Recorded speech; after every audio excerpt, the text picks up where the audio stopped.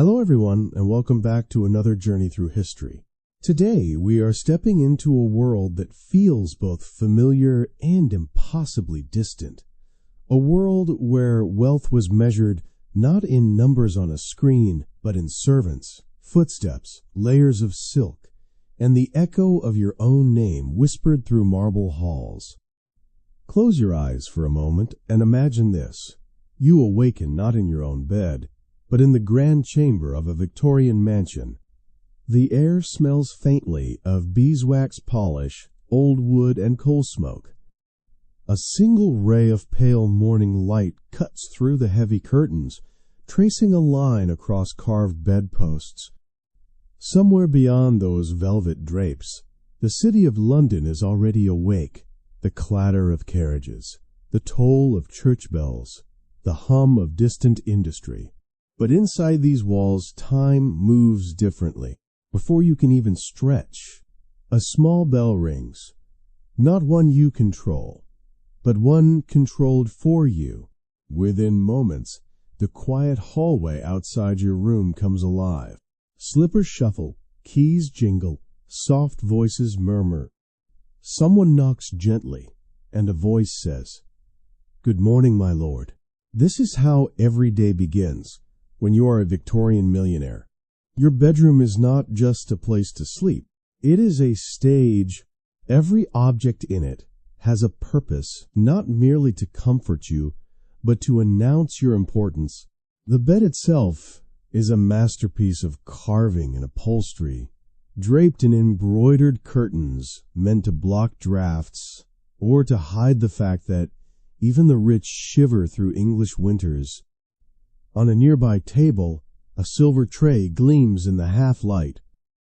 Upon it sits a porcelain basin filled with warm water, a folded towel, and a crystal decanter of lavender water, meant to refresh the senses before breakfast. You have not even set foot on the floor, yet half a dozen people have already been awake for hours preparing your morning. Your valet, the personal attendant every gentleman must have, enters quietly, his steps perfectly timed. He checks the temperature of the water, straightens the curtains, and lays out your morning clothes in a precise arrangement that never varies. He speaks softly, never meeting your eyes directly, because even kindness must follow rules. You, in turn, are expected to say very little. You are not supposed to thank him too warmly. Gratitude, like everything in this world, must be measured.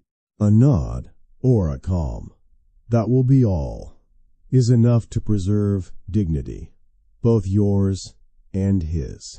Then comes the ritual of rising an act that, for the Victorian upper class, borders on sacred. Your slippers have been warmed by the fire. The coals were lit an hour earlier by a maid who entered silently while you slept.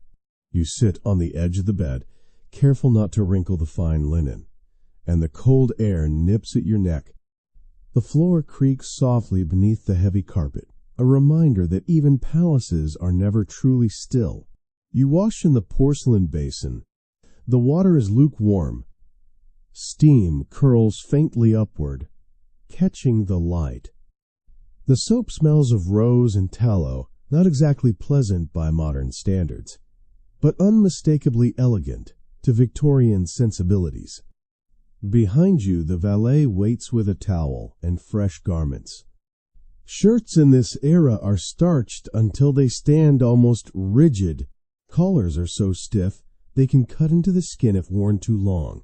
You might think this sounds uncomfortable, and you would be right, but discomfort in this world is a mark of refinement, proof that one's life is governed by discipline rather than ease.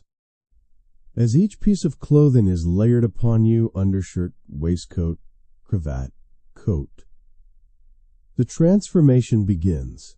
You are not dressing for comfort. You are assembling your identity. The process takes 20 or 30 minutes. Every button is fastened by hand. Every crease is smoothed by another's care. By the end, you look immaculate, but perhaps a little less human. When you glance at your reflection in the tall mirror framed with dark wood, you might not recognize yourself. There stands a person of wealth and status, but also a prisoner of ritual. Each polished cufflink and every perfect seam is part of a uniform that must never falter. Beneath all this elegance, something quiet stirs a sense of exhaustion, a longing for solitude. Even here, you are never alone. Every sound, the creak of a hinge, the whisper of fabric, the faint crackle of the fire reminds you that the house lives through your presence.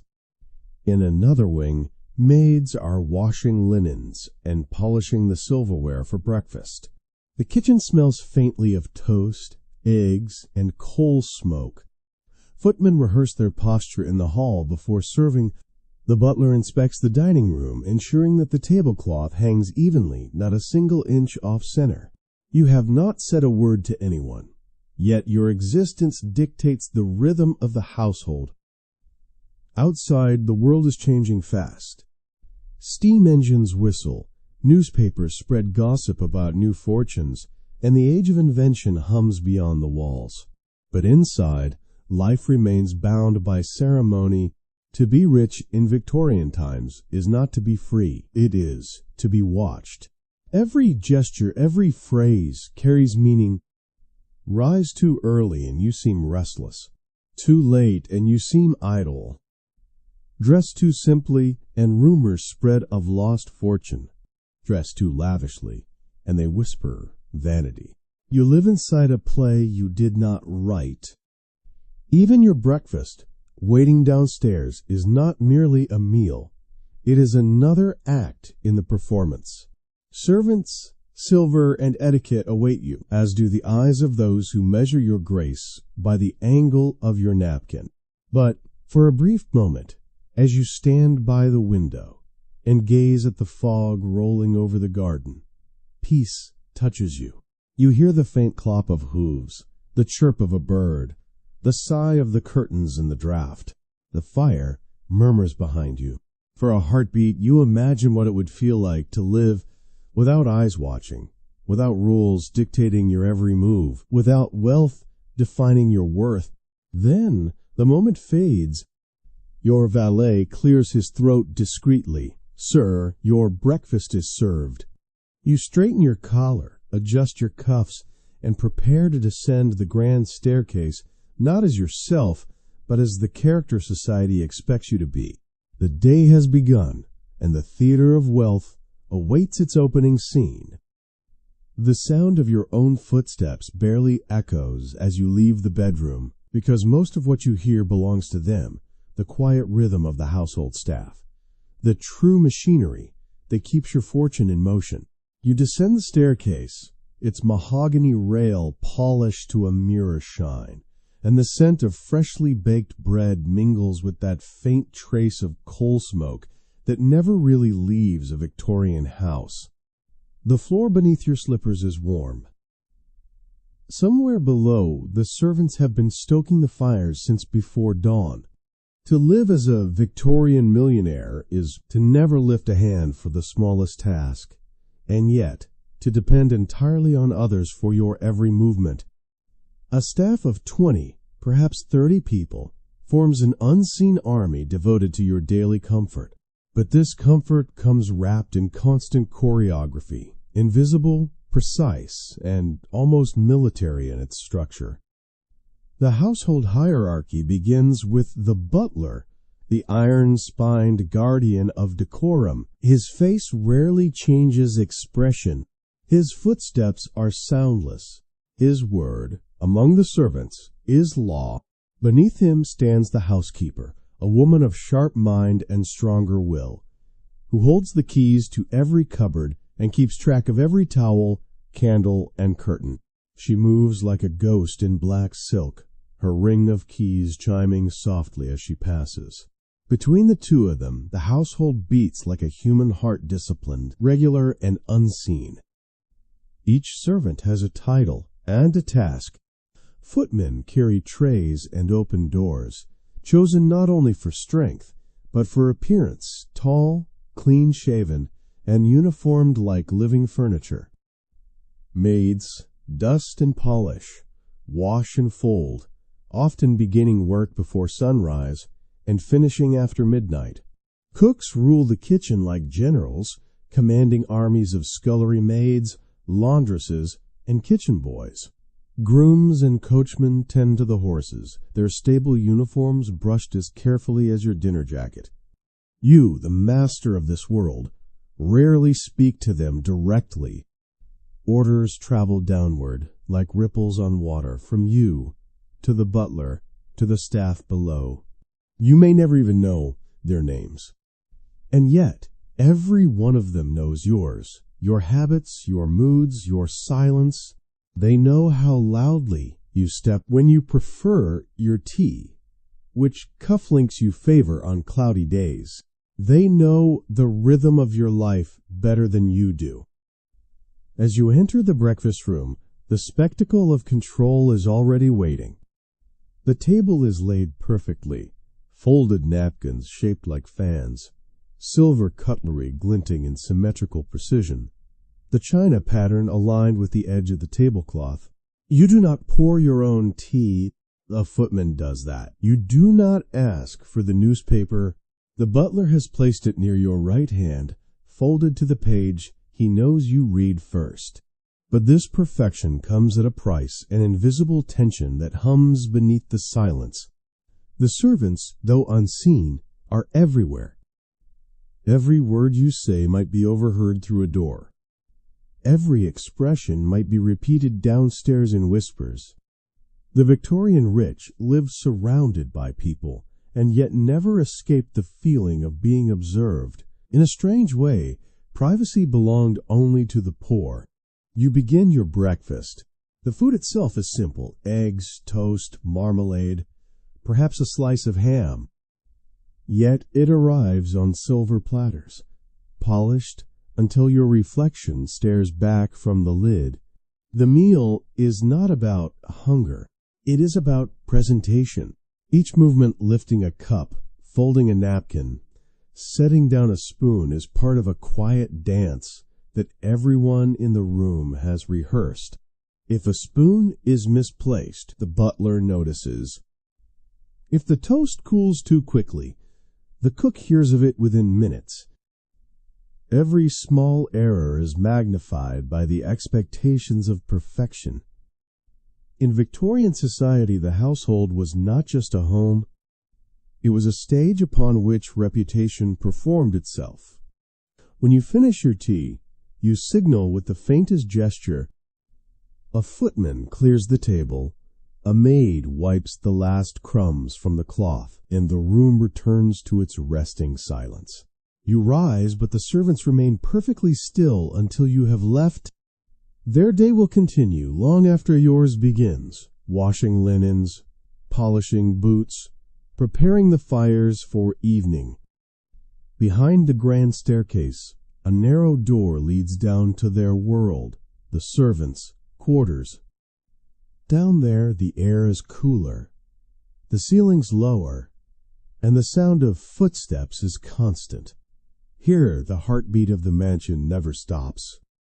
The scullery maid scrubs silverware until her hands ache. The housekeeper records every candle burned, every towel replaced, every ounce of coal spent. The butler inspects the wine cellar, counting bottles as though auditing trust itself. You will likely never walk those corridors. You will never smell the soap, the steam, or the sweat of the unseen world that upholds yours. But without them, the illusion collapses. The gleam of your silver, the perfection of your suit, the very warmth of your morning fire, all of it is built upon the endless labor of others. And yet, this dependence brings unease. You sense, even faintly, that your authority is fragile. You rule your house through etiquette, not power, through silence, not command. If a servant decides to betray your secrets, a letter, a whisper, a scandal, your reputation could unravel by nightfall.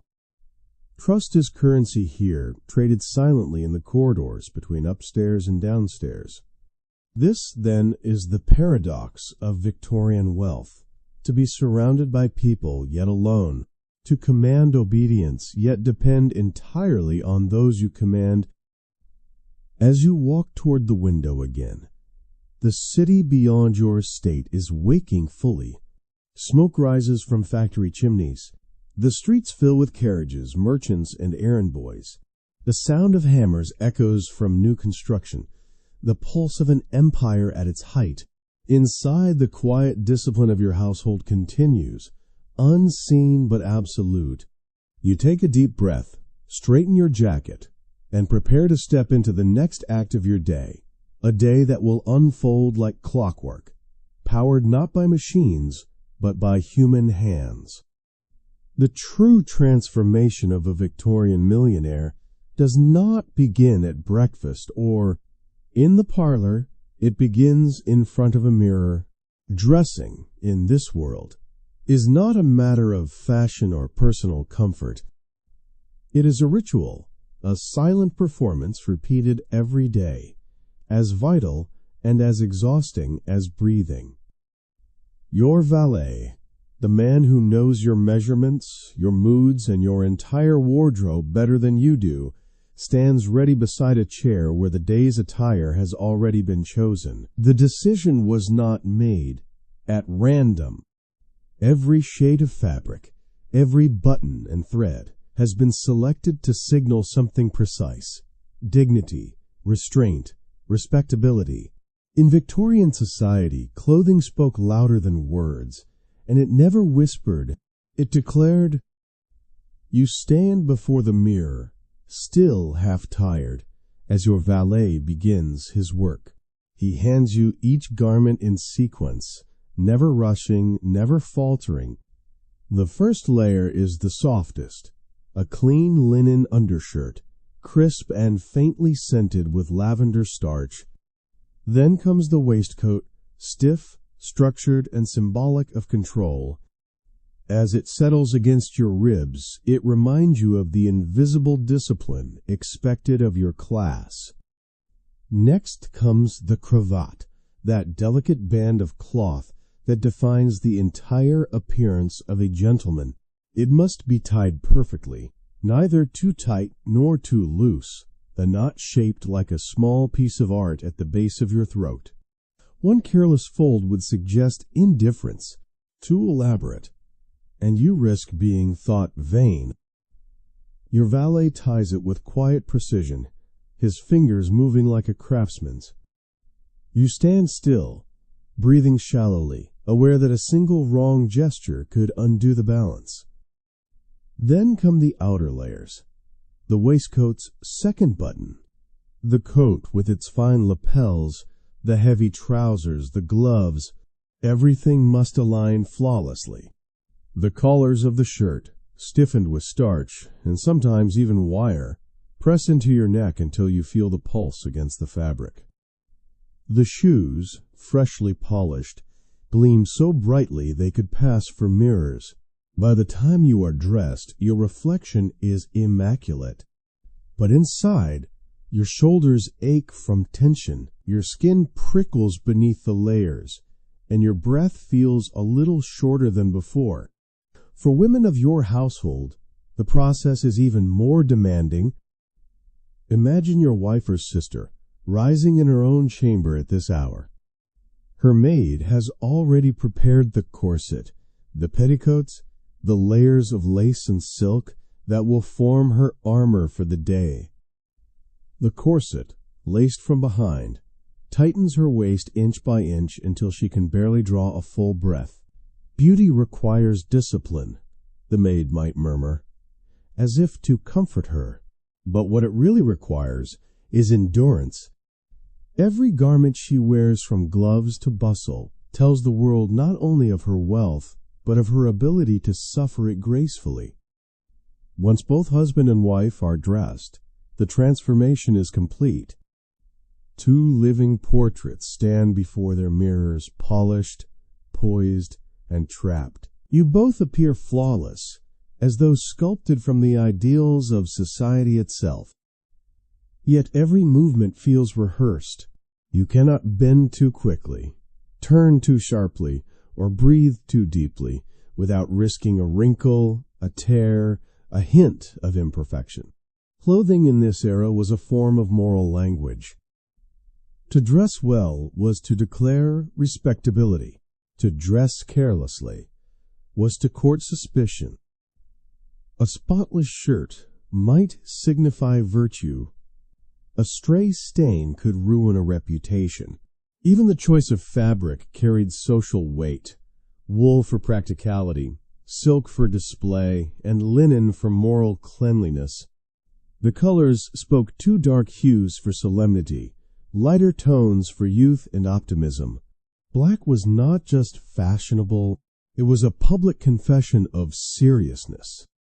As you finish dressing, the valet offers a final inspection, brushing a speck of dust from your sleeve, smoothing the edge of your lapel. He steps back, satisfied, and says quietly, "Perfect, sir." But perfection is heavy.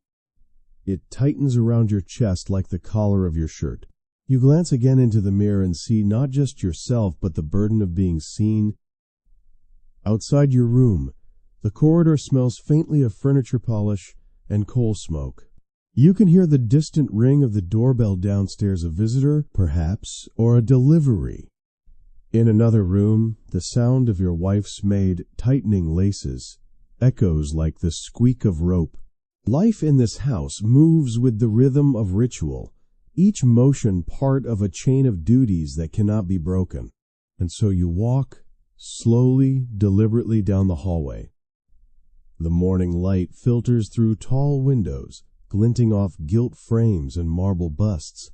You pass portraits of ancestors whose expressions seem to follow you, their painted eyes reflecting centuries of etiquette and ambition. You wonder, just briefly, if they ever longed to loosen their collars, to breathe freely, to be something other than the role they played. But you know the answer. In this world, identity is performance, and performance never stops. When you finally reach the staircase, the butler is waiting below, posture perfect, hands clasped behind his back. He does not speak until you do. "Breakfast is ready, sir," he says with a respectful nod. You give a faint smile, careful not to show too much warmth. Friendliness, after all, must be rationed. "Thank you," you reply. Then, descending the staircase, each step measured and deliberate, you feel the weight of your attire as if it were armor not against war, but against judgment. Every button, every fold, every layer is designed to keep the world convinced that you belong exactly where you are, at the top. Yet deep inside you sense the truth. Wealth has dressed you in fine clothes, but it has also bound you in invisible chains, the chains of appearance, expectation, and endless performance. Below, the breakfast room glows with sunlight and polished silver. Another act is about to begin. The air in the breakfast room feels strangely heavy, though sunlight streams through the tall windows, catching the soft dust floating above the table. Every morning begins this way, not with conversation or warmth, but with quiet choreography. To dine in a Victorian mansion is not to eat. It is to perform. Every gesture, every glance, every pause is part of a ritual that reinforces who belongs where in the invisible hierarchy of the house. The room itself is immaculate. The mahogany table stretches nearly the length of the chamber, covered with a spotless white tablecloth that has been pressed until it looks like silk. Each plate is aligned with mathematical precision. The silverware gleams, arranged in perfect symmetry. Fork, knife, spoon, dessert fork, butter knife, each one in its exact, socially ordained position. The smell of fresh bread and roasted coffee mixes with the faint scent of beeswax candles. Even the sunlight, angled just so through the lace curtains, feels as if it too understands the rules. A footman stands near the wall, still as a statue, waiting for the signal to move. Another holds a silver coffee pot, its handle wrapped in linen to protect his gloved hands. The butler, the silent commander of this domestic army, surveys everything from a distance, his eyes flicking across the table like a watchmaker, checking the gears of a clock. Every motion must unfold with absolute grace. There is no room for error. You take your seat at the head of the table, your chair drawn out for you at the precise moment you approach. The napkin is laid across your lap by a servant. You do not unfold it yourself.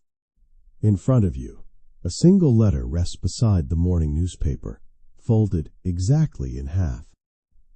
The paper carries headlines about railways, trade, and politics, but you hardly read them. Your attention is divided between the silence of the room and the awareness that every sound you make, the clink of a spoon, the shifting of a chair, will be noticed. Your wife enters next, her gown rustling softly as she takes her seat. Behind her, a maid discreetly adjusts the drapes so the light falls evenly across the table. The two of you exchange polite words, greetings, brief remarks about the weather, perhaps a mild comment on the flowers in the conservatory. But even here, affection must be restrained. Public warmth, even between husband and wife, is considered undignified. Breakfast is served. The footman presents a tray with eggs, toast, sausages, fruit preserves, and a pot of steaming tea. He sets each dish down with deliberate precision. The butler nods faintly, giving silent approval. You begin to eat slowly, carefully, with the posture of a man aware that eating is not a private act, but a statement of refinement. Each movement has its rule. Bread is to be broken by hand, not cut. Tea must be stirred gently, never clinked. Your elbows remain close to your sides. Your knife rests diagonally on the plate when pausing. Conversation, when it occurs, follows unspoken etiquette. You never mention business at the table that is considered vulgar. Politics and religion are dangerous topics, capable of dividing polite company. The safest subjects are weather, art, or mutual acquaintances, anything that can fill the air without causing friction. Your wife asks, "Shall we receive the Ashcrofts this evening?" You nod thoughtfully before answering, "Yes, I believe so." The Ashcrofts are punctual. That single word, punctual, carries layers of meaning. It implies respect, reliability, and a subtle approval that those listening will recognize. In this society, even compliments are wrapped in code. Behind the walls of politeness, however, lies an unspoken truth. Meals like these are tests of discipline. Every morning is a quiet audition for continued respectability. A dropped spoon, a raised voice, or even too hearty a laugh could ripple through the household, whispered by servants and remembered by guests. To the outside world, the family at this table represents the ideal of order, but to those inside it, the perfection feels fragile, like porcelain that could shatter at a touch. You finish your meal. The butler steps forward, clearing the plate with exact timing, never too early, never too late. The footman replaces your tea with coffee without being asked. The silence of the house feels deeper now, almost reverent. Outside, the sound of carriage wheels on the gravel drive announces the start of the city's day. Inside, time seems to stretch and still, as though the mansion itself holds its breath until you rise from your seat. At last you do. The footman pulls your chair back. You dab your mouth with the napkin and place it gently beside your plate, never on it, never folded again. This small act, signals that the meal is finished. The staff moves instantly, collecting plates, lifting trays, resetting the table for the next event. The butler bows slightly. "Will you require the carriage this morning, sir?" he asks. You consider for a moment. "No," you reply. "I shall walk in the garden." The answer is simple, but it carries weight. To walk rather than ride suggests humility and control, a message that will not go unnoticed among those who pay attention to such details, which, in this world, is everyone. As you leave the dining room, you pass the grand hallway, its marble floor polished to a mirror shine. Servants bow subtly as you pass. You do not return the gesture, but you nod once, slow and deliberate, the mark of a man who acknowledges loyalty but never familiarity. Behind you, the clatter of dishes begins again, faint but constant. The staff continues its quiet ballet of order and obedience. You, meanwhile, step through the open doors into the bright morning garden, where trimmed hedges and marble statues line the path. The air is fresh, but even here freedom is an illusion. The gardener stops his work and bows as you approach. Every movement around you seems rehearsed. In this world, the simplest act, eating breakfast, walking through the garden, is never truly your own. It is part of a grand performance, a living portrait painted each day in silence and silver. You glance once more at the mansion's tall windows, their glass reflecting the sunlight like 100 watching eyes. The day has only just begun, yet already it feels heavy with expectation. The servants will clean the dishes, polish the silver, reheat the water, and prepare for lunch. The cycle will repeat itself, perfectly timed, endlessly precise, a symphony of invisible labor beneath the calm surface of wealth. You take a deep breath, straighten your coat, and move toward the next ritual, the social obligations that fill every afternoon with measured charm and quiet exhaustion. The great houses of Victorian England were not simply homes. They were living organisms, intricate systems of hierarchy and labor that operated with the precision of a clock. From the outside, everything appeared effortless. The gleaming floors, the polished silver, the quiet elegance of daily life. But behind every moment of calm, dozens of unseen hands were working in perfect synchronization. It was order built on human rhythm, discipline disguised as grace. The master of the house, that is, you stood at the top of this invisible pyramid, but even your authority depended on others. You gave no direct orders that would have been considered crude. Instead, power flowed downward through a chain of command that began with your butler. He was the true conductor of this domestic orchestra, a man whose silence carried more authority than most people's voices. Tall, impeccably dressed, and discreet, the butler was not merely a servant. He was an institution, the guardian of the household's dignity. Every key in the mansion hung from his ring. Every secret eventually passed through his hands. He controlled the wine cellar, the dining room, and, in many ways, the mood of the entire house. When guests arrived, it was the butler who received them first. His manner set the tone, his bow, his speech, his discretion. A household could survive many scandals, but never a careless butler. Next came the housekeeper, the mirror image of the butler's authority on the domestic side of life. She was the quiet general of the servants, quarters strict, observant, unyielding. Her black gown and jingling keys were symbols of power as real as any crown. She oversaw the maids, the laundresses, and the kitchen staff, enforcing standards that bordered on military precision. Sheets had to be folded perfectly, meals served to the second, coal fires maintained at a steady flame. Even the scent of the rooms fell under her command. Below them, the hierarchy branched like a family tree. Footmen ranked above maids, but below the butler.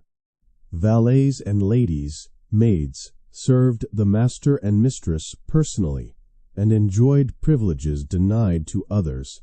Cooks and scullery maids lived at opposite ends of the kitchen hierarchy, one commanding, the other obeying. There were grooms, coachmen, gardeners, and messengers, each tied to a specific corner of the estate's endless routine. Every task was defined by rank, and every rank defined by ritual. What made this system work was not kindness, but discipline. Each servant knew exactly where they stood in the silent social ladder that mirrored the world outside. No maid would ever address the butler directly without permission. No footman would question an order, even if it seemed absurd. Deference was the currency of survival. To break rank, to speak out of turn, to linger too long, to gossip within earshot was to risk dismissal, which in Victorian times often meant ruin. And yet, for all their obedience, these servants possessed a kind of quiet power. They were the keepers of the household's memory. They heard what was whispered in drawing rooms, saw what was hidden behind locked doors, and knew every flaw that luxury tried to conceal. The butler could end a reputation with a single misplaced word. A maid could start a scandal with one overheard secret. Your life, your image, even your marriage depended on their silence. Down in the servants' hall, far beneath the chandeliers and polished floors, a different world existed. The air was thick with heat from the kitchen range, and the scent of roasting meat mixed with coal smoke. Here, laughter and chatter replaced the stiff silence of the upper floors. The servants' meals were humble, bread, stew, tea, but they were shared with genuine warmth. Hierarchy existed even here, of course, but so did humanity. These people worked 14, sometimes 16 hours a day, for wages that barely covered their rent. Still, their loyalty often ran deeper than their pay. They belonged to this house almost as much as the house belonged to you. Sometimes, when the house fell silent at night, you might walk through those lower halls, not out of necessity, but curiosity. The smell of soap and coal lingers. The faint clatter of dishes echoes from the scullery. You hear laughter fade abruptly as your footsteps approach, replaced by quick bows and murmured greetings. For a moment, the reality of your position presses on you. The mansion feels like a vast theater. You, the leading actor. They, the invisible cast, who make the show possible. Back upstairs, the illusion of ease continues. A guest who visits your home sees none of the labor behind it. They admire the symmetry of the floral arrangements, the glow of the chandeliers, the warmth of the fire. They see perfection, a word that costs you nothing, but costs your staff everything. But perfection demands control, and control demands constant vigilance. You keep records of expenses and wages, maintain ledgers for wine and coal, and track the behavior of each servant through subtle observation. If a maid appears too familiar, she is reassigned. If a footman grows careless, he is dismissed. Reputation depends not only on how you live, but on how efficiently others live around you. And yet, the longer you maintain this delicate balance, the more you sense the fragility beneath it. You are a master, yes, but also a hostage. A single act of betrayal, a whispered rumor, or even a letter misplaced could bring everything crashing down. Every person who serves you is both helper and witness, loyal subject and potential threat. You rely on their silence as much as on their skill. In this way, the Victorian mansion becomes a perfect metaphor for its age, glittering above, burden below. The upper floors shimmer with elegance and manners, while the lower levels echo with sweat and toil. Together they form a structure that seems eternal, yet rests on foundations of exhaustion. Standing in your study, you hear the faint chime of the household clock, marking 10 of the clock, the signal that breakfast is over and the day's social duties begin. Outside, the carriage waits, polished and ready. Inside, the butler supervises a final inspection before you depart. Everything is in its place, everything under control, and as you step out onto the graveled drive, hat in hand and coat perfectly fitted, you realize that your home, this monument of order, is less a sanctuary and more a living reflection of your own life, beautiful, intricate, and entirely dependent on the quiet labor of others. By mid-morning, the quiet rhythm of your household begins to merge with the pulse of the outside world. The mansion, once sealed in silence, now stirs with purpose. Servants prepare your coat and gloves, the carriage gleams in the sunlight, and a footman waits at the door with a small stack of delicate papers, your calling cards. In the Victorian era, social life was a theater of appearances. Reputation was not simply what people thought of you, it was a currency more valuable than gold. Every smile, every visit, every absence spoke volumes. A gentleman's fortune could build his name, but only etiquette could preserve it. And so, your day's true labor begins not in the office or the workshop, but in the drawing rooms and parlors of polite society. The first stop is a neighboring estate, where you must pay a call. These visits are brief, often lasting no more than 15 minutes, yet their significance is immense. You step from your carriage with precise posture, gloved hands at your sides, hat tilted just so. A servant greets you at the door, takes your card, and disappears inside to announce your presence. Sometimes the host receives you, sometimes they do not, but even if you never cross the threshold, the gesture itself matters. It shows you, remember your duties, that you remain visible, that your place within society's network is still intact. Your calling card is your emblem, a small, cream-colored rectangle embossed with your name in elegant script, sometimes edged with gold. To outsiders it seems trivial, but within the strict codes of Victorian life, this thin piece of paper holds power. A folded corner might mean you delivered it personally. A black border signals mourning.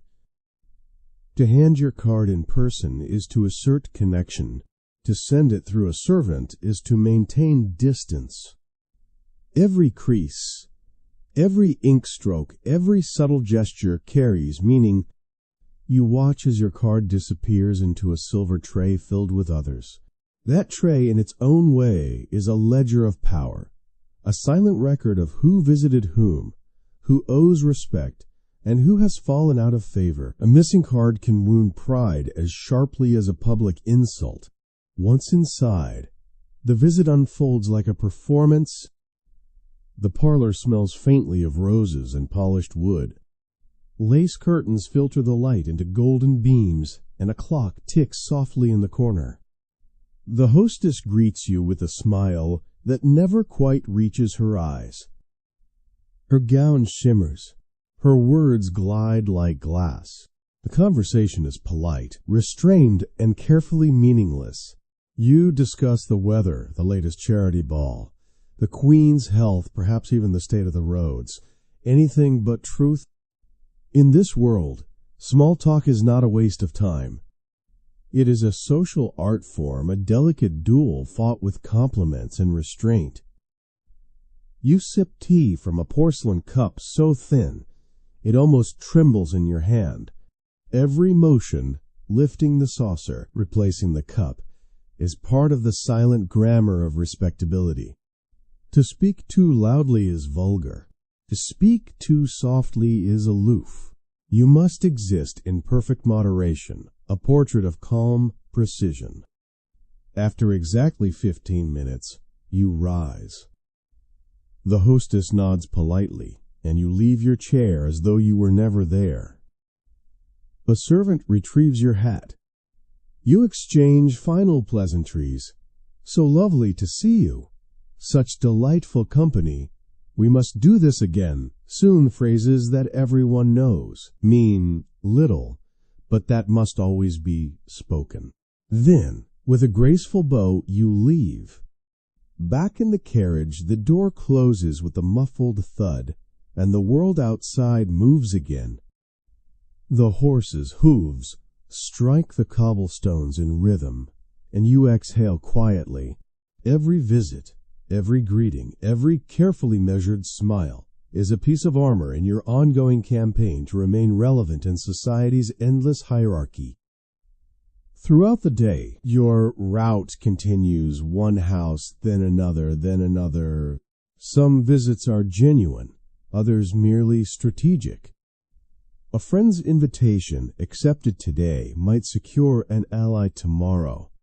A casual conversation might lead to an introduction, an investment, or a marriage proposal that binds two families together. Every handshake is a transaction, every glance a negotiation. Even absence carries meaning. To ignore an invitation is to send a message. To decline too often is to invite suspicion. Too eager, and you appear desperate. Too distant, and you risk being forgotten. The delicate balance between presence and mystery defines your entire social existence. By late afternoon, you return home, your mind a swirl of polite exchanges and unspoken judgments. The butler meets you at the door and hands you a silver tray of incoming cards. Visitors who have called on you while you were away. You study the names carefully. Lady Whitmore, the Ashcrofts, Lord Pennington. Each name represents a relationship that must be maintained, a connection that demands attention. You instruct your secretary to schedule replies, knowing that each response must match the tone and timing of the original gesture. Social life in Victorian England is less about sincerity and more about choreography. It is a performance in which everyone knows their role and the price of forgetting it. The poor labor with their hands, the wealthy labor with their manners. Later that evening, as you sit in your study, you find yourself reflecting on this strange economy of appearances. Your fingers trace the edges of a calling card, still resting on the desk. Such a small thing, fragile, silent, easily torn, yet it holds the weight of reputation. A man could lose his fortune and still recover, but to lose his place in society, that is exile. Through the tall windows, the city glows in twilight. Carriages roll past, lamps flicker on, and somewhere in the distance, church bells toll the hour. In the drawing rooms of London, hundreds of other people are doing exactly what you did today, smiling, bowing, exchanging cards and phrases, all to preserve the illusion of harmony. For a moment you wonder how much of it is real, whether these courtesies hold any truth, or whether they are simply the price one must pay for belonging. But before the thought can linger, the butler knocks gently. "Dinner will be served at 7, sir." You nod, setting the card back on the desk. The performance never ends. It merely shifts scenes. The polite theater of the morning gives way to the grandeur of the evening, where the stakes are even higher and the gestures even more precise. You rise, adjust your cuffs, and take one last look at your reflection in the glass. The same calm, composed figure the world expects to see. The lamps outside shimmer in the fog like watchful eyes. You turn away and walk toward the dining room. The next act of your carefully constructed day is about to begin. Evening descends over the mansion like a slow exhale, the golden light fading from the windows, the air thick with the faint scent of coal smoke and perfume. The working day for the city outside may be over, but Within your walls, the real labor of the upper class is only beginning. For the Victorian millionaire, leisure is not rest. It is presentation. It is the second act of the day's grand performance, where charm replaces authority and grace becomes a form of endurance. The first preparation begins in the drawing room. Servants light dozens of candles and adjust every lamp so that the glow flatters without revealing. Shadows must fall in the right places, soft across the portraits, warm on the marble floor, never too harsh upon the guests' faces. A pianist, perhaps one of your nieces, or a hired musician rehearses quietly in the corner, her fingers brushing across ivory keys that gleam like pearls. The scent of waxen roses drifts through the air. You stand near the fireplace, your evening attire freshly brushed, a diamond pin catching the firelight. Your wife, radiant in silk and lace, descends the staircase, her corset laced so tightly that each breath seems deliberate. The servants adjust chairs, pour sherry into crystal decanters, and prepare trays of delicate cakes and sugared fruit. When the clock strikes 8, the first carriage arrives. Guests enter with polite laughter and practiced smiles. Each greeting is a performance in miniature, a handshake, a compliment, a subtle measurement of worth. The women's dresses shimmer under the gaslight, their gloves spotless, their jewels whispering with every gesture. The men's collars gleam, their waistcoats stiff, their conversation polished to civility. There is no spontaneity here, no loud jokes or careless gestures. Every smile is measured, every phrase rehearsed. The evening unfolds in a sequence of scenes. In the parlor, small groups gather around the tea table or the fireplace, discussing the opera, the latest inventions, or the Queen's recent public appearance. Music floats through the rooms, sometimes accompanied by laughter that sounds just slightly too perfect. A young lady plays a Chopin nocturne, her hands trembling only slightly. Another recites a poem, her voice soft and sentimental. The guests applaud politely, never too loudly, never too long. You move among them with the effortless poise of a practiced actor. You know exactly how long to remain in each conversation, when to smile, when to nod, when to shift attention. You must appear interested in everything, but attached to nothing. In Victorian society, visible enthusiasm could be mistaken for weakness, and too much silence for arrogance. The art lies in balance, in seeming endlessly sociable, while revealing nothing of yourself. Beyond the parlor, another world hums quietly. The servants glide through the rooms like shadows, refilling glasses, replacing candles, sweeping crumbs from the carpet without ever interrupting the flow of conversation. Their presence is essential yet invisible. They are trained to pass unnoticed, silent ghosts, ensuring that the illusion of effortless luxury remains intact. Later in the evening, conversation moves to the card table, whist or bridge, perhaps games of strategy and restraint, where losing gracefully is more important than winning.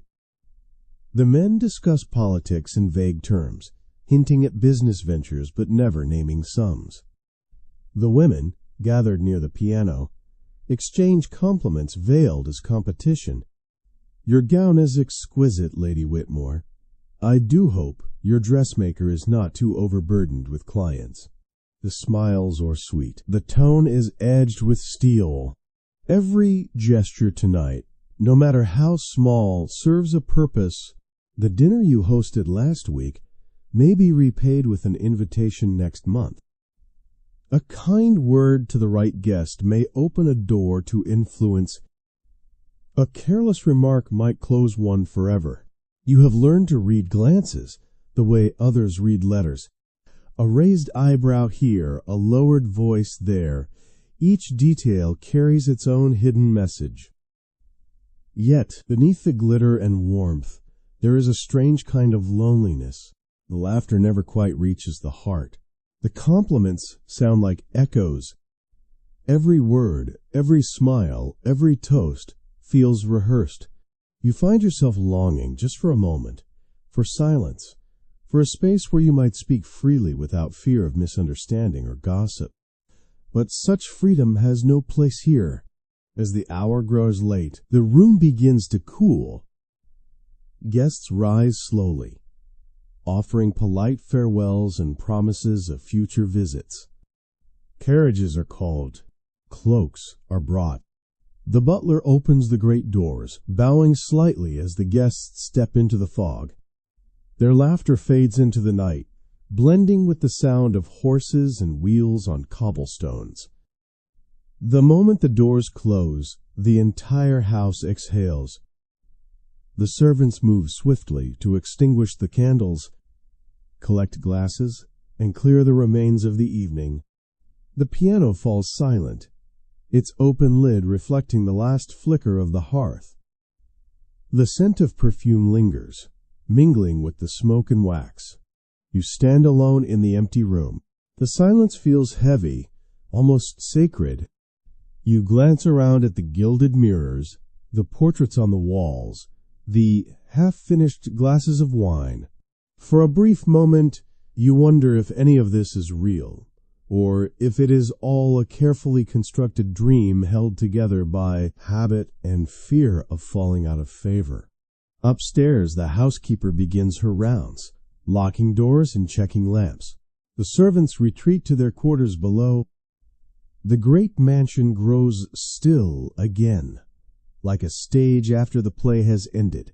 You remove your gloves, your pin, your perfectly tailored coat, and feel the weight of the evening settle on your shoulders. The performance is over, but another will begin tomorrow. For the Victorian elite, even rest must wait until decorum is satisfied. You blow out the last candle and watch as the smoke curls upward, fading into the dark. For the first time all day, the silence belongs to you alone. The day's quiet rituals, the careful dressing, the practiced smiles, the polite visits all lead to this moment. In the Victorian world, dinner is not simply a meal. It is the stage upon which status, power, and reputation are most vividly displayed.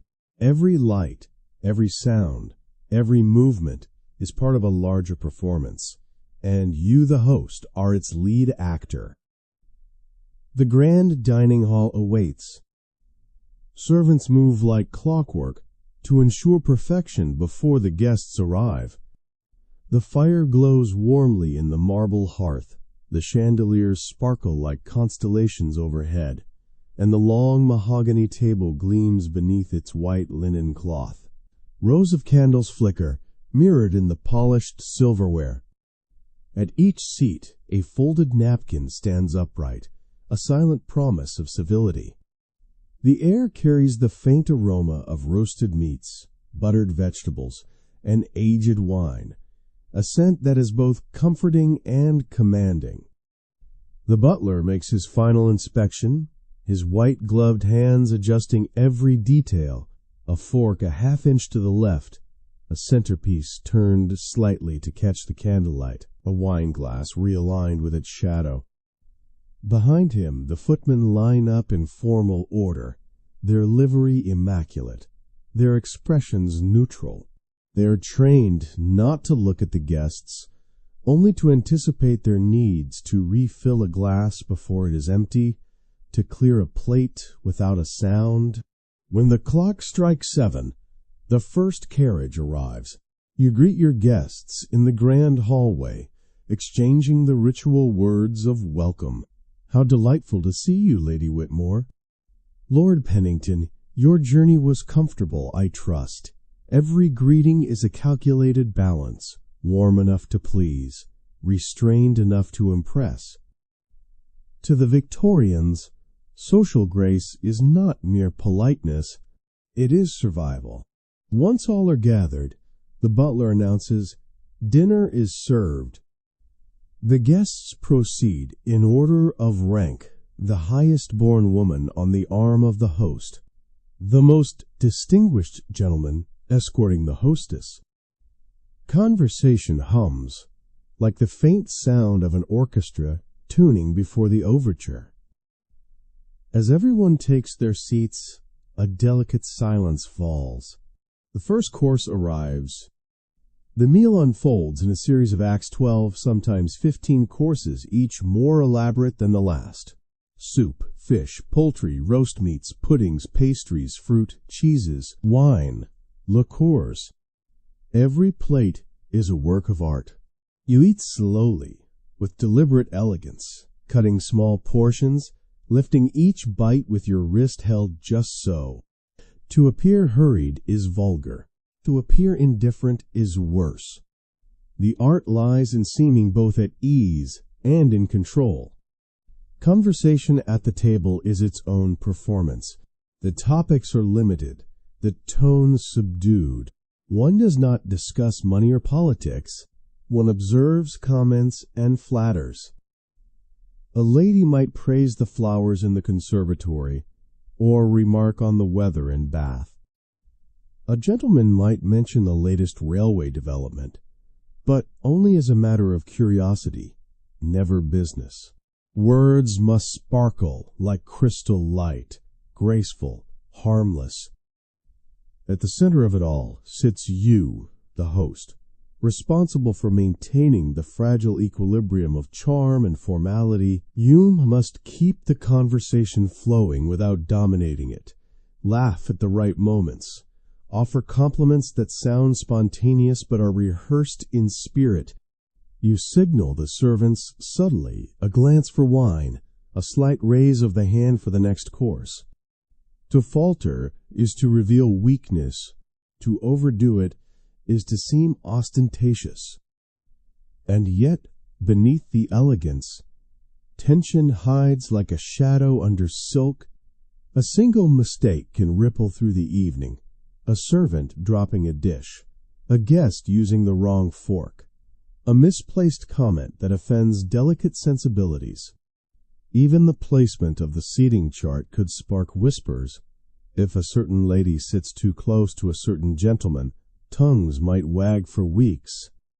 Dinner in the Victorian age is a dance on a knife's edge, where every misstep leaves a mark that etiquette cannot erase. Sometimes you catch glimpses of your staff in motion, a footman's hand trembling as he pours the wine, the cook's anxious eyes peeking from the doorway to see if her dishes please. Their labor sustains your illusion of ease, but they, too, are part of the spectacle. The grandeur of your world depends on their invisibility. Between courses there is laughter, polite, melodic, never loud. A story is told about a duchess's lost fan at the opera. Another guest recalls a scandal involving an over-ambitious debutante. The room fills with amusement, the laughter carefully measured to avoid impropriety. In these moments, the dinner table becomes a mirror of society itself, beautiful, fragile, and entirely governed by appearance. When dessert arrives, sugared fruit, molded gelatin, a tower of pastries dusted with gold leaf, the air feels lighter, though the ritual is far from over. The final glass of wine is poured, and the ladies excuse themselves to the drawing-room. The gentlemen remain for port and cigars, discussing matters they would never mention before their wives. Even this separation is steeped in unspoken rules. Women embody refinement, men discretion. Later, when you join the ladies, the evening drifts into soft music and subdued conversation. A pianist plays, a few couples dance, and the butler quietly dims the lights. The air feels almost serene, though beneath the calm lies exhaustion, the fatigue of constant vigilance. At last, the carriages are called.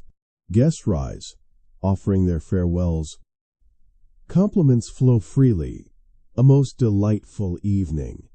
Your cook is beyond compare. We must repay your hospitality soon." The butler opens the great doors, bowing as each visitor departs into the misty night. The wheels of their carriages fade into the distance, swallowed by the fog. Only then does the mansion exhale. The servants begin their silent cleanup, stacking plates, clearing glasses, polishing silver, until the reflections return. You linger a moment in the empty dining hall, surrounded by the scent of candle smoke and fading perfume. The candles flicker low, their flames shrinking to embers. The long table, stripped of its splendor, looks almost ghostly now, a reminder that even grandeur, when stripped bare, reveals only emptiness. You loosen your collar slightly, finally allowing yourself to breathe. For hours you have been perfect, poised, graceful, untouchable. Now, in the quiet aftermath, you feel the weight of that perfection settle like dust on your shoulders. Tomorrow the cycle will begin again, dressing, visiting, smiling, hosting the endless theater of civility. For now, though, you linger in the silence, the echoes of laughter still floating faintly in the air, like music fading from a distant ballroom. The guests are gone. The silver is polished again.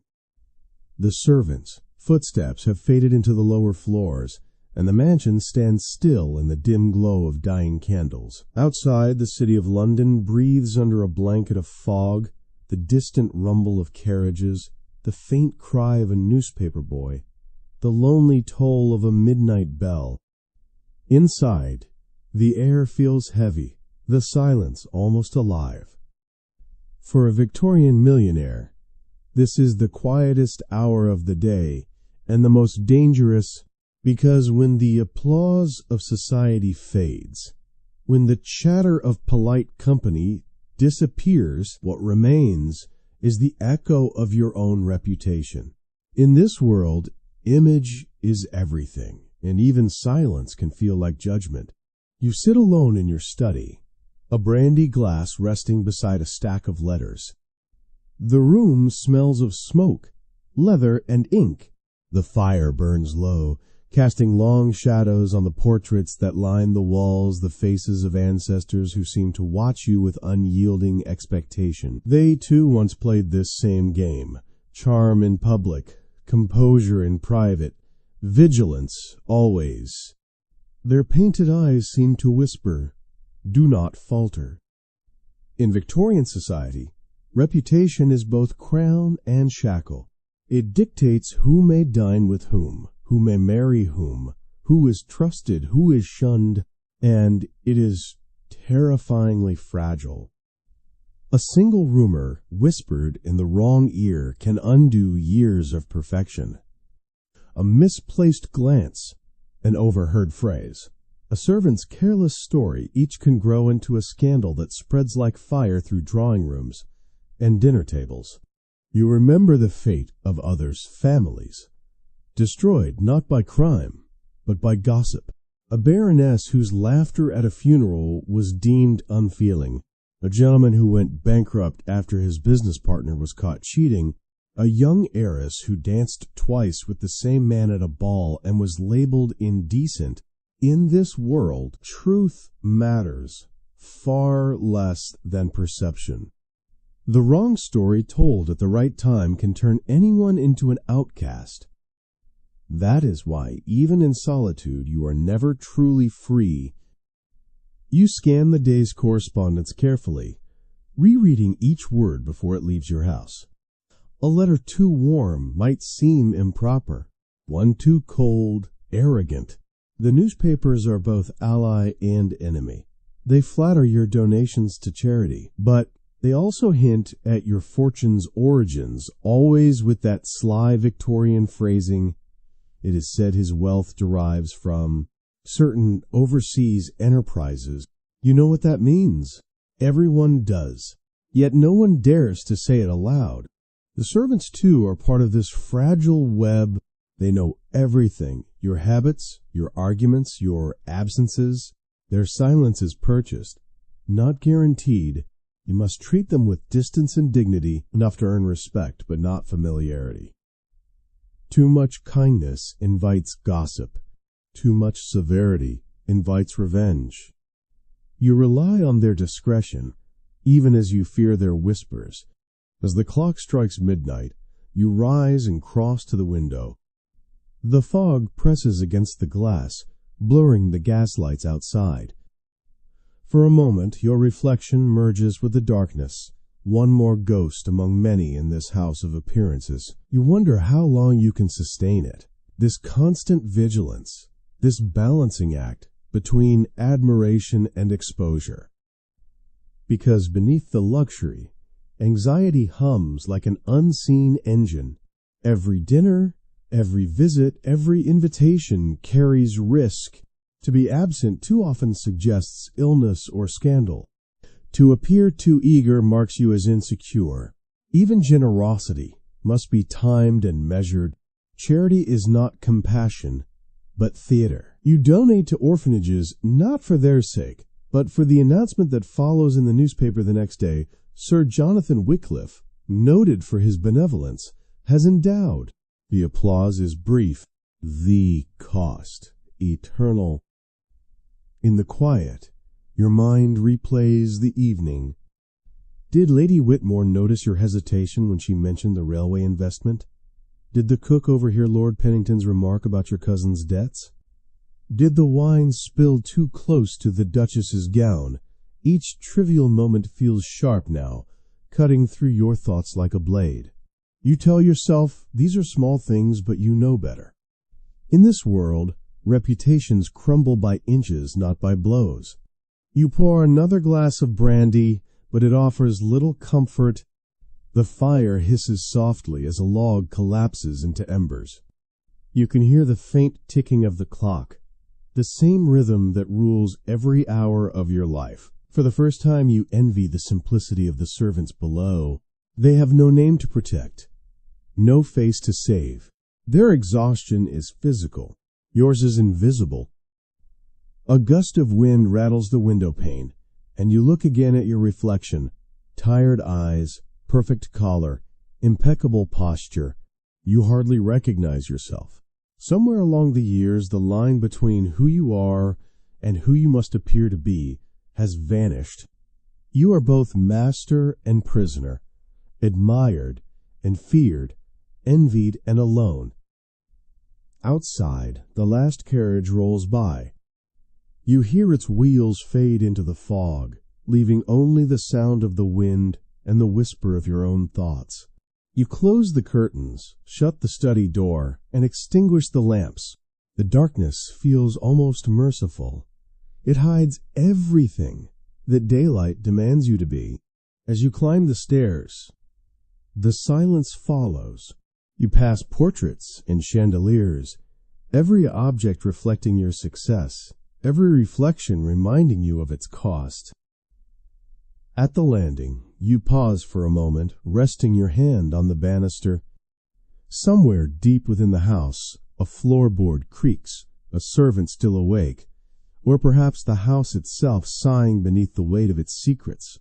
In the end, reputation is not something you own, it owns you. It dictates your friends, your manners, your voice, your smile. You protect it, feed it, polish it, and it watches you like an unblinking eye. You reach your bedroom door, remove your coat, and let out a breath you did not realize you had been holding. Tomorrow will begin again, the same rituals, the same restraint, the same silent performance, and you will play your part flawlessly, because in this world, perfection is survival, and fear is the price of grace. The morning sun filters gently through the lace curtains of your wife's sitting room. Its light, soft and golden, falls across vases of roses, portraits in silver frames, and the faint shimmer of silk upholstery. The air smells of lavender and polished wood. It is a peaceful scene, yet peace in a Victorian household is seldom what it seems. Beneath the calm surface lies a carefully maintained illusion, an arrangement built less on affection and more on alliance, less on love and more on legacy. Marriage, for the Victorian elite, is not a union of hearts. It is a strategy. It is property, bloodline, and status, woven together in the shape of a contract.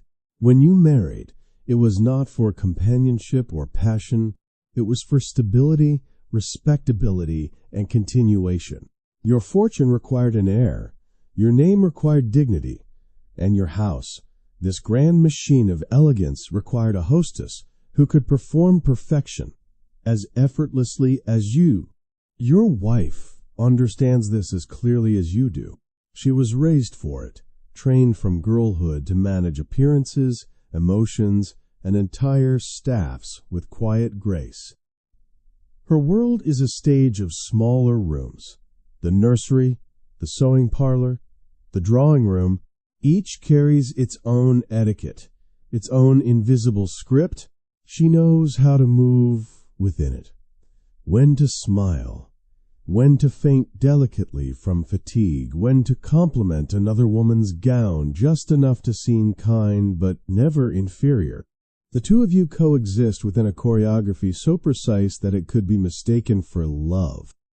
At breakfast, you exchange polite greetings.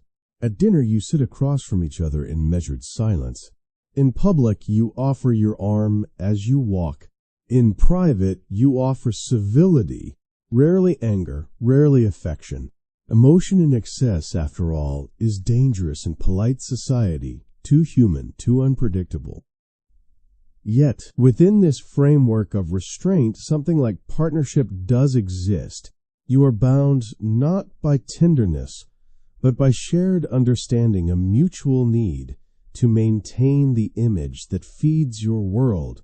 You play your part, and she plays hers. When guests arrive, she becomes the portrait of refinement, gracious, witty, composed. She knows every name, every social detail, every rumor worth repeating, and every one better left unsaid. When she laughs, it is melodic but measured. When she praises, it sounds sincere but calculated. And you, standing beside her, nod approvingly. The perfect husband in the theater of respectability. Together you manage not a marriage, but an empire, the empire of appearances. She governs the household's social calendar, the servants, behavior, the tone of your soirees. You manage the finances, the estate, and the flow of your family's reputation. Between you lies a silent contract. She preserves grace. You preserve control, and in this balance, both of you survive. But the walls of the mansion are not deaf. Behind every closed door, whispers travel faster than light. Servants carry stories between rooms. Children overhear fragments of conversations never meant for them. You are careful, painfully careful, with what you reveal. Arguments, if they occur, happen in whispers. Disappointments are swallowed whole. Even sorrow must be elegant. The children, your heirs, your legacy, grow up within this gilded cage of order. They are dressed by others, taught by tutors, and raised to be symbols of the family, not individuals. Their lives are scheduled before they can speak. The boys learn Latin, manners, and the art of not showing emotion. The girls learn piano, embroidery, and how to faint beautifully at the appropriate moment. They will inherit your manners before they inherit your fortune. In the evenings, after dinner, you sometimes visit the nursery. The air smells faintly of milk and chalk, of soft blankets and candle wax. The children rise to greet you, trained to curtsy or bow. You smile, gentle but formal. You ask about their lessons, their health, perhaps their prayers. The nurse stands nearby, nodding approvingly at every exchange. The conversation lasts only minutes before you leave, closing the door softly behind you. Parental affection in this world is measured like sugar, just enough to sweeten, never enough to spoil. Your wife, meanwhile, retreats to her writing desk. The letters she composes are delicate, written on scented paper, filled with graceful phrases. Some go to her family, others to friends, some to acquaintances she must keep close for social advantage. Each word is crafted to maintain a web of politeness, a network that protects your family's standing. Through her letters, she manages alliances as skillfully as you manage business. In rare moments of honesty, perhaps late at night, the two of you share a look not quite affection, but recognition. You both know the truth. This life is not about happiness. It is about survival within the rules you were born to obey. You are not villains in this story, nor victims, but actors in a play that never ends. There are, of course, exceptions. Some couples defy the mold. A few find affection within the arrangement. Others find quiet rebellion. A letter left unread, a conversation too long with a guest at a party, a glance that lingers. But these are dangerous luxuries. Scandal can destroy not only a marriage, but an entire lineage. The very society that demands appearances also delights in tearing them down. And so you keep playing your part. You attend the same events, speak in the same measured tones, smile in the same ways. Outsiders see harmony, a perfect couple, blessed by fortune, pillars of morality, but you and your wife know better. Harmony is not truth. It is choreography. Sometimes, on rare nights, the facade wavers. Perhaps she plays the piano softly in the drawing room, and you pause in the doorway, listening. The melody drifts through the air, like something fragile and human. For a fleeting moment, you remember a time before the duties, before the performance, before the endless expectations, when laughter could exist without calculation. Then the moment passes. You clear your throat, she lowers her hands, and the silence returns, perfectly composed. In this world, love is not the language of marriage. Respect, restraint, and ritual are, and while your union may lack warmth, it offers something the Victorians prized even more: stability. A legacy untouched by scandal, a name engraved in the ledgers of society, and the illusion, perhaps the most valuable illusion of all, that everything is as it should be. Outside, the night deepens. The servants extinguish the lamps one by one, leaving only the faint glow from the nursery window. You glance at it as you pass, that small square of light flickering against the dark sky. It is both a comfort and a reminder that in this house, in this life, nothing truly belongs to you except your role in the story. Tomorrow, the same dance begins again. Breakfast, visits, smiles, appearances. But for now, the mansion sleeps. Its silence filled with the sound of legacy, breathing through its walls. The mansion sleeps, but its spirit lives on, not in its chandeliers or carriages, not in its tapestries or grand staircases, but in something quieter, more enduring, the endless need to appear. The more you think about it, the more the realization settles in your mind like dust on polished wood, that the Victorian obsession with reputation never truly died. It simply changed clothes. Step out of that candlelit century and into ours, and you will still see the same performance, only played upon a brighter stage. The drawing rooms have turned into screens. The calling cards have become social media profiles. The measured conversation at dinner parties now unfolds in digital posts and curated feeds. We no longer bow to one another in marble halls, but we chase the same validation, likes, hearts, shares little tokens of approval that whisper the same thing the Victorians longed to hear. You are seen. You belong. In the 19th century, a family portrait hung in the parlor told visitors everything they needed to know: wealth, status, morality. Today, we hang our portraits online, filtered and framed, each image chosen with care, each caption rehearsed for maximum grace. The difference is only in technology, not intention. The corset has become the algorithm. The mirror has become the camera. The audience, larger but just as judgmental. Just as Victorian society feared gossip whispered behind fans, we fear the invisible conversations happening behind screens. The same anxiety hums beneath both worlds: the fear of being misunderstood, excluded, or forgotten. The Victorian elite performed perfection under candlelight. We perform it under pixels. They smiled through discomfort. We post through exhaustion. And in both centuries, the applause feels fleeting. Even the structure of our days echoes theirs. We wake, we dress, we curate our image before the world.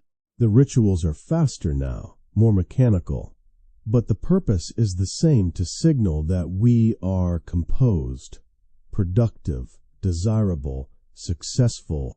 The morning toilette of a Victorian lady, surrounded by mirrors and servants, is not so far from a modern influencer arranging her lighting before a camera. Both are acts of transformation. Both are rehearsals of identity. The Victorians lived in constant fear of scandal. We live in constant fear of judgment. One careless remark at a dinner table could destroy a reputation then. One careless post can do the same now. They had the gossip columns. We have the comment section. They sought to control the story of their lives through etiquette and silence. We try to do the same through curation and design, and like them, we mistake visibility for worth. They hosted grand balls to prove belonging. We craft perfect feeds to prove relevance. They guarded their private letters. We guard our private messages. They feared the whisper of servants. We fear the viral rumor. We have changed our architecture, our clothing, our speed, but not our hunger to be admired. Even our idea of success still carries that same Victorian contradiction. The more we possess, the less free we feel. The rich then were trapped by ritual. The rich now are trapped by attention. The servants have vanished, but in their place we have systems, deadlines, algorithms, silent workers that demand constant supervision. The drawing rooms may be gone, but the stage remains. Yet, not everything in this comparison is bleak.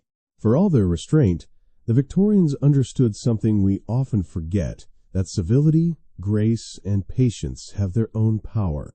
Their obsession with appearance was exhausting, yes, but it also taught endurance. In their stiff clothing and strict manners, they built an unspoken discipline, the ability to hold composure amid chaos. Perhaps that, too, has something to teach us. But there is another, more haunting truth, that our generation, like theirs, is always performing under pressure, the pressure to be perfect in public and content in private. The same loneliness that haunted those candlelit mansions still lingers in the glow of our phones at midnight. We scroll, they strolled, both searching for something genuine in a world built on display. Imagine for a moment if a Victorian millionaire could see us now, sitting alone in apartments glowing with electric light, faces reflected in tiny mirrors of glass, each person, both actor and audience, in their own endless play. Would they envy us or pity us? Would they see progress or only the same gilded trap painted in modern colors? Because if we strip away the lace, the hashtags, the etiquette, and the filters, we find the same human heart underneath. wanting to be liked, to be respected, to be remembered. The Victorians feared social exile. We fear digital irrelevance. They sought grace in manners. We seek it in presentation. And both worlds, for all their differences, are built on this same fragile hope that someone, somewhere, is watching and approves. Perhaps that is why their world fascinates us still. Beneath its stiffness lies our reflection. We recognize their worries in our own, the quiet competition, the fatigue of maintaining perfection, the longing for authenticity. They built houses of brick and decorum. We build profiles and personas. Both shimmer beautifully. Both can crumble with a single misstep. So maybe, when we read about the Victorians, about their corsets and calling cards, their rituals and restrictions, we should not laugh at their vanity. We should recognize it, because, in truth, we are still living in their mirror. The only difference is that the light is brighter, and the audience never sleeps. Outside, the fog of the old world has turned into the blue glow of our screens, but the performance continues, scene after scene, century after century, and we, like them, are still learning how to be real under the spotlight. The candles have burned low. The last echo of footsteps fades down the marble corridor. The great mansion stands silent once more, wrapped in fog and memory.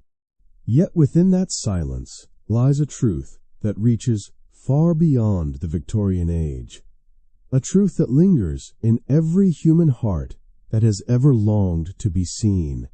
We began this journey walking through a world of mirrors, silver trays, polished shoes, portraits, and etiquette. We watched the Victorian millionaire wake in luxury, dress in discomfort, dine in discipline, and perform grace before an unblinking audience. We saw a life wrapped in silk and ceremony, a world so beautiful it nearly concealed its own suffocation. But now, at the end of that long candlelit day, one question remains: what does it mean to live freely? To the Victorians, freedom was a word reserved for philosophy, not for daily life. Every motion, from the way they dressed to the way they breathed, was a rehearsal of expectation. Yet their story, this grand experiment in perfection, reveals something timeless. It shows us how easily people can confuse appearance with meaning, how the pursuit of admiration can slowly erode authenticity until nothing is left but the performance itself. When we look at their world from afar, we see the absurdity. A man so rich he cannot tie his own shoes. A woman so elegant she cannot take a deep breath. We shake our heads and say, what a strange time that must have been. But if we listen closely, we can hear an echo in our own. The same hunger for approval beats beneath our modern rhythm. The same careful self-editing. The same fear of imperfection. The Victorians bowed to etiquette. We bow to algorithms. They polished their silver. We polish our image. They feared whispers in drawing rooms. We fear comments beneath our posts. Both societies built prisons disguised as palaces. And yet, there is a choice that we, unlike them, can make. We can step off the stage. We can loosen the collar, unlace the corset, silence the performance, because the greatest luxury the Victorians never had, the one they built their lives trying to simulate, is the freedom to be ordinary, to laugh too loudly, to walk outside without being seen, to make mistakes and still be whole. Perhaps that is the lesson their glittering misery leaves behind, that comfort is not found in wealth but in honesty, that true elegance is not silence but sincerity, that no amount of marble or silver can buy the peace of a quiet, unguarded life.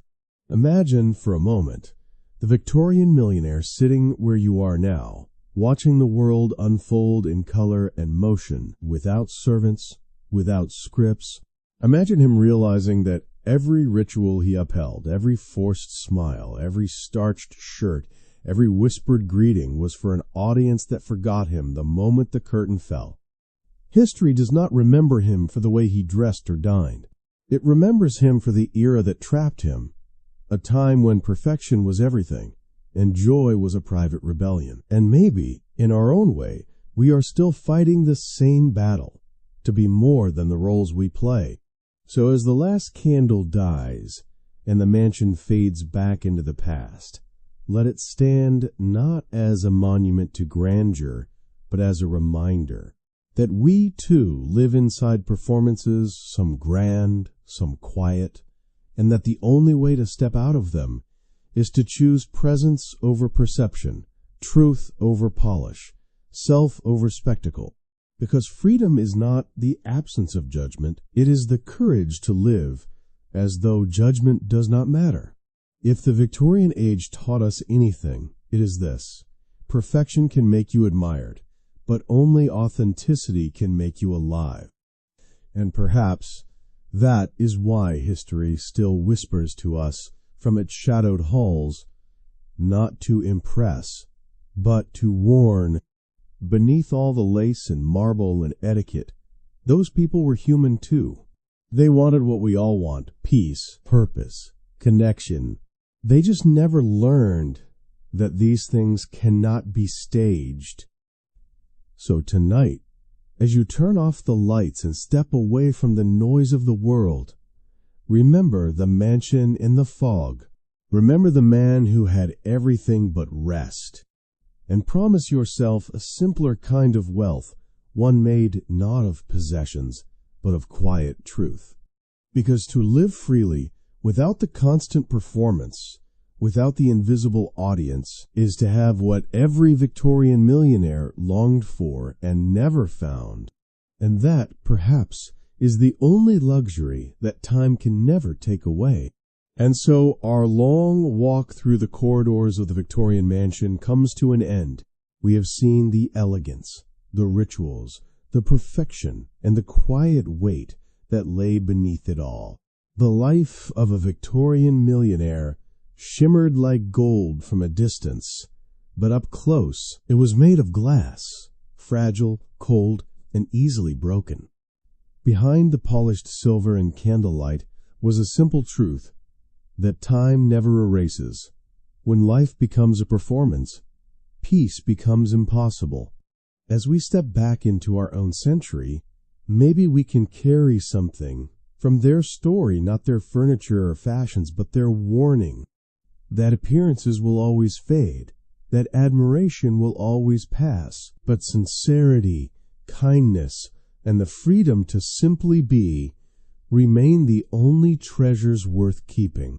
Thank you for walking quietly through history with me tonight, for pausing to listen to the echoes of another age, and finding a reflection of our own within it. If this story made you think, or simply helped you slow down for a moment, then it has done its work. Sleep well, dream softly, and remember, sometimes the most beautiful history lessons are the ones that remind us how to live today. Good night, everyone.